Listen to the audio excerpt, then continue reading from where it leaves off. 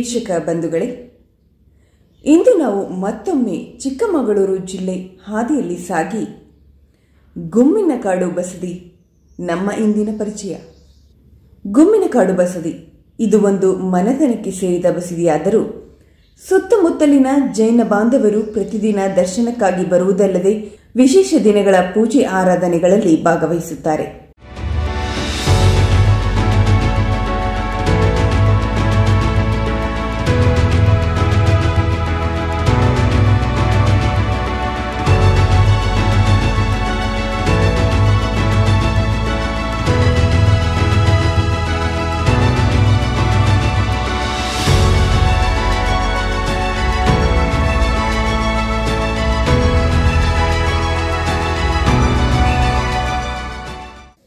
ಬಸದಿಯ ಮೂಲಮೂರ್ತಿಯಾಗಿ ಭಗವಾನ್ ಶ್ರೀ ಚಂದ್ರನಾಥ ಸ್ವಾಮಿಯ ಕಪ್ಪು ಶಿಲೆಯ ಬಿಂಬವಿದ್ದು, ಮಾತೆ ಪದ್ಮಾವತಿ ದೇವಿ ಭೈರವ ಪದ್ಮಾವತಿ ರೂಪದಲ್ಲಿ ಪೂಜಿಸಲ್ಪಡುತ್ತಿದ್ದಾಳೆ.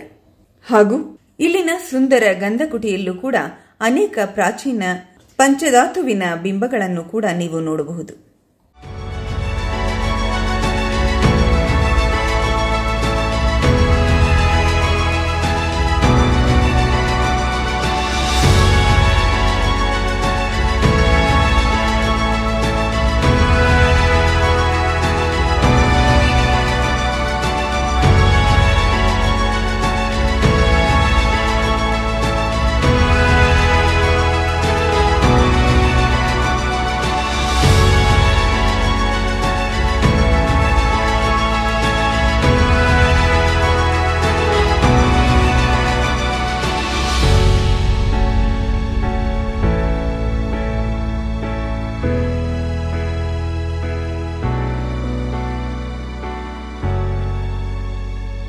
ಪೂರ್ವಜರಿಂದ ಪೂಜಿಸಿಕೊಂಡು ಬಂದಿರುವ ಈ ಬಸದಿ ಸ್ವರ್ಗೀಯ ವಿಶ್ವನಂದಿಮುನಿ ಮಹಾರಾಜರು ವಿಹಾರದ ನಿಮಿತ್ತ ಆಗಮಿಸಿದಾಗ 4 ದಿನ ತಂಗಿದ್ದ ಮುನಿಗಳವರು ಮೂಲಮನೆಗೆ ಬಸದಿ ಹೊಂದಿಕೊಂಡಿರುವುದು ಸರಿಯಿಲ್ಲ, ಶ್ರೇಯಸ್ಕರವಲ್ಲ ಎಂದು ಕುಟುಂಬಸ್ಥರಿಗೆ ಪ್ರತ್ಯೇಕ ಬಸದಿ ನಿರ್ಮಿಸಲು ಆಜ್ಞೆ ಮಾಡುತ್ತಾರೆ.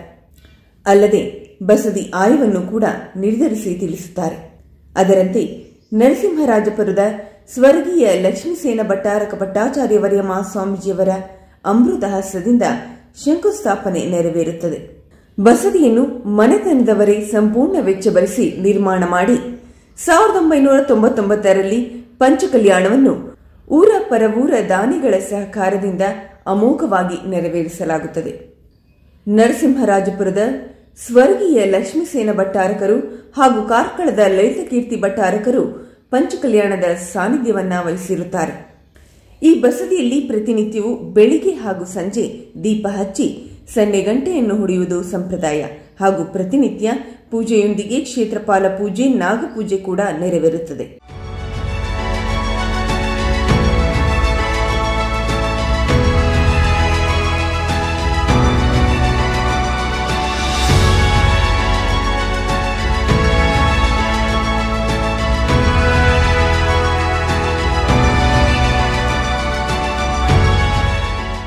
ಪ್ರತಿದಿನ ಸಂಜೆ ಮನೆತನದ ಮಕ್ಕಳೆಲ್ಲ ಕೂಡಿ ಭಜನೆ ಮಾಡುವುದು ಶ್ಲಾಘನೀಯ ವಿಷಯವಾಗಿದೆ.